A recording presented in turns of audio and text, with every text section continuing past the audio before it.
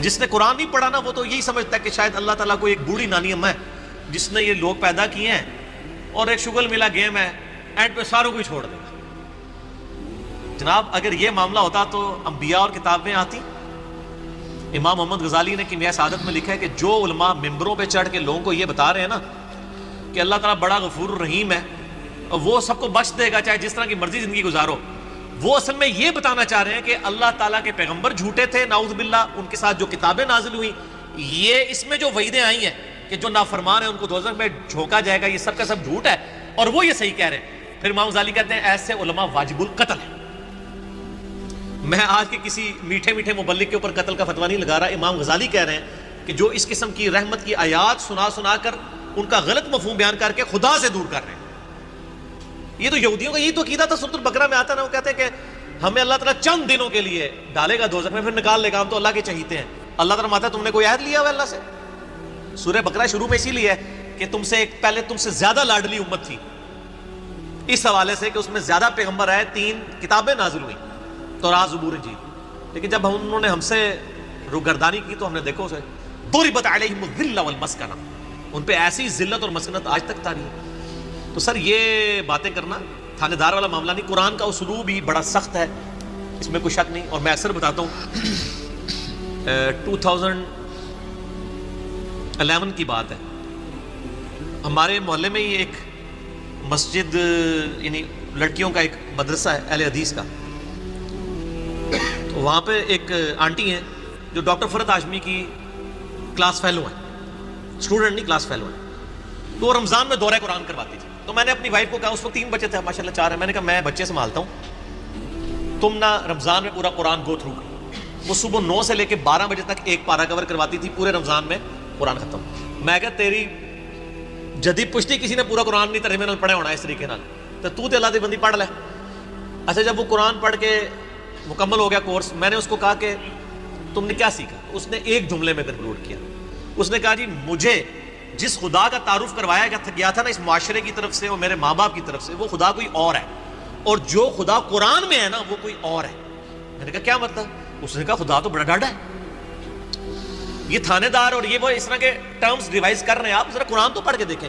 قیامت کے دن اللہ نے اپنا نام کیا رکھا ہوا ہے؟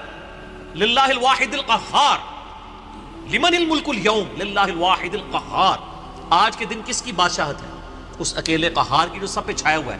سورۃ المومن میں آتی ہے آج، اسے سورہ غافر بھی کہتے ہیں۔ پھر صحیح بخاری میں حدیث ہے، نبی صلی اللہ علیہ وآلہ وسلم ایک چوراہے سے گزرے، کچھ اصحاب جو ہیں وہ ہنس رہے تھے، آپ رک گئے، آپ نے فرمایا جو کچھ میں جانتا ہوں نا تم جانتے ہوتے تو بہت کم ہنستے، زیادہ روتے۔ تو نبی علیہ السلام کا تو مبارک زندگی میں تو بڑی سنجیدگی ہے۔ اگر کوئی یہ سمجھتا ہے کہ بغاوت کی زندگی گزارے، اپنی مرضی کی زندگی، نہ، دنیا جو اللہ کی مرضی کی گزارے گا آخرت پھر اس کی مرضی کی ہوگی، لیکن جو اپنی مرضی کی دنیا گزارے گا آخرت پھر اللہ کی مرضی کی ہوگی، یعنی دوزخ میں۔ وَلِعَوْذُ بِاللَّهِ تَعَالَى اللَّهُمَّ أَجِرْنَا مِنَ النَّارِ۔ یہ اتنا معاملہ آسان نہیں ہے۔ اللہ تعالیٰ سورہ حجر میں فرماتا ہے، اعوذ باللہ من الشیطان الرجیم، نبی عبادی انی انا الغفور الرحیم۔ اے نبی علیہ السلام میرے بندوں کو خبر دے دو کہ میں بڑا بخشنے والا مہربان ہوں، لیکن پھر ساتھ ہی فرمایا کہ ان کو یہ بھی بتا دو کہ میرا عذاب وہ بھی بہت سخت ہے۔ بیلنس کرو۔ باقی یہ ٹھیک ہے، بخاری مسلم کی حدیث ہے کہ نبی علیہ السلام نے فرمایا کہ اللہ تعالیٰ نے مخلوقات کی پیدائش سے پہلے اپنے پاس عرش پہ یہ عبارت لکھ لی تھی کہ میری رحمت میرے غضب پہ سبقت لے جانے والی ہے، لیکن کس معاملے میں؟ باغیوں کے لیے نہ، ان لوگوں کے لیے جو پوری ایفرٹ پٹ کریں پھر بھی ان سے معاملات سیدھے نہ ہو، اللہ کی طرف رجوع لائیں۔ قرآن میں کہیں یہ نہیں ہے کہ ڈٹ کے گناہ کرو، باغی بنے رہو میں توبہ قبول کروں گا۔ قرآن میں ہمیشہ آیا ہے کہ آپ غلطی کر بیٹھو، اللہ کی طرف رجوع لاؤ، اس کے بعد اپنی اصلاح کرو، اللہ تعالیٰ کو بخشنے والا مہربان پاؤ۔ اسی میں میرا مسئلہ نمبر 18 ہے، گناہ کبیرہ اور توبہ کا بیان، اور وہ آیت نمبر بھی 17 اور 18 ہی ہے سورۃ النساء کی۔ میں وہ پڑھ بھی دیتا ہوں، اعوذ باللہ من الشیطان الرجیم، بسم اللہ الرحمن الرحیم۔ انما التوبۃ علی اللہ، اللہ کے ذمہ ہے ان لوگوں کی توبہ قبول کرنا۔ کن لوگوں کی توبہ؟ للذین یعملون السوء بجہالۃ، جو گناہ کر بیٹھے جہالت میں، انجانے میں ان سے غلطی ہو جائے، گناہ ہو جائے، ثم یتوبون من قریب، اس کے بعد فوراً توبہ کر لے کہ یا اللہ غلطی ہو گئی. کو فجر کے بعد لیٹ اٹھا کہ یا اللہ معاف کر دے, کوشش تھی, الارم نہیں سن سکا, میں ابھی پڑھتا ہوں مجھے معاف کر دے, اس طرح. تو جو پڑھے ہی نا, اوکے جی اللہ تعالیٰ نے کہا میں بڑا غفور رحیم ہوں. پورے قرآن میں میرا چیلنج ہے طارق جمیل صاحب کو بھی, میں ان کی بڑی عزت کرتا ہوں, بلکہ سب سے زیادہ میں نے ان کا دفاع کیا ہے جب ان کے خلاف ناسمیوں نے بھونکنا شروع کیا ہے. میں ان سے بڑی محبت کرتا ہوں, میں ایسٹ سمجھتا ہوں امت کے لیے. لیکن میں طارق جمیل صاحب سے پوچھتا ہوں پورے قرآن میں کہاں لکھا ہے کہ باغی رہو تو میں معاف کروں گا؟ قرآن تو کہہ رہا ہے اللہ کے ذمہ ان لوگوں کی توبہ کا قبول کرنا ہے جو جہالت میں گناہ کر بیٹھے, ثم یتوبون من قریب, اس کے بعد فوراً توبہ کر لیں, فاولئک یتوب اللہ علیہم, بس ایسوں کی توبہ ہے اللہ فرماتا ہے میرے ذمہ. وکان اللہ علیما حکیما, اور اللہ تعالیٰ علم والا اور حکمت والا ہے. علم ہے اس کے پاس لیکن اس کی حکمت ہے, ڈھیل دیتا ہے کہ چلو توبہ کر لیں. اور اگلی ہے وَلَيْسَتِ التَّوْبَةُ, اور اس کی تو کوئی توبہ قبول نہیں ہوگی. یہ میں نہیں کہہ رہا ہوں طارق جمیل صاحب, یہ اللہ کہہ رہا ہے. لِلَّذِينَ يَعْمَلُونَ السَّيِّئَاتِ, جو کہ گناہ کرتا ہے, حَتَّى إِذَا حَضَرَ أَحَدَهُمُ الْمَوْتِ, یہاں تک کہ جب اس کی موت کا وقت آ جاتا ہے, قَالَ إِنِّي تُبْتُ الْآنَ, وہ کہتا ہے یا اللہ میں اب توبہ کرتا ہوں.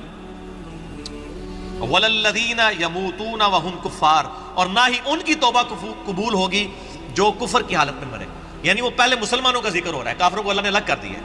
یعنی ایسے مسلمان جو موت کے وقت توبہ کریں ان کی بھی توبہ قبول نہیں اور کافروں کی بھی. اولئک اعتدنا لهم عذابا الیما, ایسے لوگوں کے لیے ہم نے دردناک عذاب تیار کر رکھا ہے. اللہم اجرنا من النار, اللہم اجرنا من النار, اللہم اجرنا من النار, اللہم من احییتہ منا فاحیہ علی الاسلام ومن توفیتہ منا فتوفہ علی الایمان. تو یہ تو دیکھ لیں, یہ تو قرآن کی ڈاکٹرائن ہے. آپ اس کو تھانے داری والی معاملہ کہہ رہے ہیں اور یہ کر رہے ہیں. باقی ٹھیک ہے کہ اگر ایک بندہ گناہگار ہے آپ اس کو یہ کہیں کہ توبہ کر کے اللہ کی طرف آؤ. وہ 99 قتل والا واقعہ بھی ہے نا بخاری مسلم میں. ہم نہیں کہہ رہے مایوسی پیدا کریں, لیکن ہم کہہ رہے ہیں خام خواہ لوگوں کو امیدیں بھی نہ دلائیں. اور جو سیدنا علی کا قول ہے کہ انسان سویا ہوا ہے, جیسے ہی مرے گا جاگ اٹھے گا, او یہ کیا ہو گیا, اینا نہ ہو جائے, کام نہ پیر پا دو. ڈرانے میں ہی عافیت ہے نا. اور آپ کا ڈر کا غلبہ ہی ہوگا تو تب آپ گناہوں سے بچیں گے, صرف خوشخبریوں سے نہیں بچیں گے.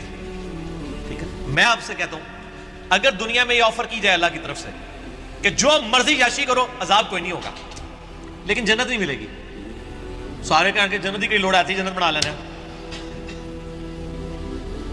پریکٹیکل چیک کر لیں. اور اس کے بدلے میں اگر یہ بات کی جائے کہ جی آپ دنیا میں اللہ کی تابع فرمان بن کے رہو, ادروائز آپ کو دوزخ میں جھونک دیا جائے گا, کوئی بچت نہیں ہوگی, تبھی لوگ اللہ کی طرف لیں گے. آپ اگر یہ بھی لالچ لوگوں کو دیں کہ نیک عمل کرو گے تو جنت ملے گی, برے عمل کرو گے تو کچھ نہیں ہوگا, کوئی نہیں کرے گا جب تک آپ ڈر لیں. اور یہ نیک بندوں کی اللہ نے نشانی بتائی ہے, وہ دعا کرتے ہیں ربنا اصرف عنا عذاب جہنم ان عذابها کان غراما. سورۃ الفرقان میں جو مسئلہ 120 ہے, اہل ایمان کی 12 خصوصیات, میں نے پورا لیکچر ریکارڈ کروایا ہے. ایک خصوصیت یہ کہ وہ دعا کرتے ہیں اے اللہ ہم سے دوزخ کا عذاب پھیر دے, وہ تو ہمارے گلے کا پھندا بن چکا ہے, لٹکتی تلوار ہے. اہل ایمان تو ہر وقت ڈرتے رہتے ہیں. اللہم اجرنی من النار کی وظیفہ تعلیم کیا گیا ہے. جامعہ ترمذی میں حدیث ہے سیدنا عثمان جن کو 3 دفعہ جنت کی بشارت ملی ہے, جب قبرستان جاتے تھے اتنا روتے تھے کہ داڑھی آنسوؤں سے تر ہو جاتی تھی. لوگ کہتے تھے یہ کیا, تو انہوں نے کہا میں نے نبی علیہ السلام سے خود سنا ہے کہ قبر آخرت کی منزلوں میں سے پہلی منزل ہے, جس کی یہ منزل کامیاب ہوئی اس کی اگلی آسان ہوتی چلی جائے گی, اور جو اس میں پھنس گیا اس کی اگلی مشکل در مشکل ہوگی. تو حضرت عثمان کو سمجھ آ گئی تھی یہ تھانے داری والا کنسیپٹ جو آپ نے اس کو نام دیا. ہم تو تھانے داری نہیں کہتے, ظاہر ہے خدا نے دنیا بنائی ہے اور وہ اسٹیبلش کرنا چاہتا ہے کہ لوگ میرے تابع فرمان ہو. گنڈا گردی کرنے کے لیے تو اس نے دنیا نہیں بنائی ہے. تو یہ بڑا یعنی کریٹیکل ایشو ہے, اور اس معاملے میں نا یعنی مجھے بڑا دکھ ہوتا ہے اس قسم کے وائزین سے. یعنی وہ اللہ تعالیٰ کی رحمت کی آڑ میں لوگوں کو اس طرف مائل کر دیتے ہیں کہ وہ الٹا جنہوں کہتے ہیں نا کہ وہ گاٹے فٹ ہونے والی تعلیمات ہو جاتی ہیں, یعنی اس سے لوگ پھر نیگیٹو رزلٹ نکالتے ہیں. آپ بیلنس بیان کریں. ہم کبھی نہیں کہتے کہ آپ جو ہے نا وہ اس قسم کی باتیں بیان کریں کہ جس کی وجہ سے لوگ اللہ تعالیٰ سے متنفر ہوں. آپ دونوں طرف کے مسائل کو بیان کریں. اسی قسم کی آیات جو ہے نا جی وہ ہاں یہ آگے سورۃ النحل کی آیت نمبر 119 ہے.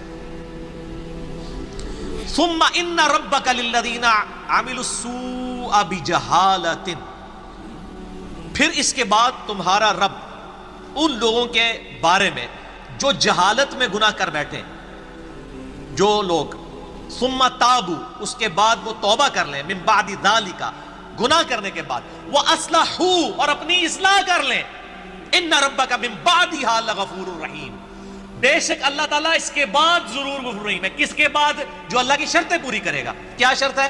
جہالت میں گناہ ہوا، پھر اس کے فوراً بعد توبہ کی اور اپنی اصلاح بھی کر لی. خالی چھڑی توبہ نہیں. یا ایھا الذین آمنوا توبوا الی اللہ توبۃ نصوحا، اے ایمان والو اللہ کی طرف ایسی توبہ کرو جیسا کہ توبہ کرنے کا حق ہے. اب یہ ڈاکٹرائن کلیئر ہوگی. جو توبہ کرے وہ اصلاح کرے، ان ربک بے شک تیرا رب من بعدھا اس کے بعد لغفور رحیم ضرور بخشنے والا مہربان ہے. میرا چیلنج ہے، قرآن میں کہیں یہ نہیں ہے کہ آپ باغی ہو جائیں اسی طرح زندگی گزاریں. ترمذی میں روایت ہے کہ موت کے غرغرے سے پہلے توبہ قبول. لیکن کس کو پتا ہے کہ کس وقت موت کا غرغرہ آ جائے گا؟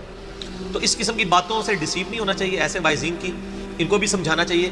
اور میں ان سے یہ کہوں گا قرآن پڑھیں تو آپ کو پتہ چلے گا کہ آپ کی یہ ڈاکٹرائن جو ہے وہ بالکل کتاب و سنت کے خلاف ہے.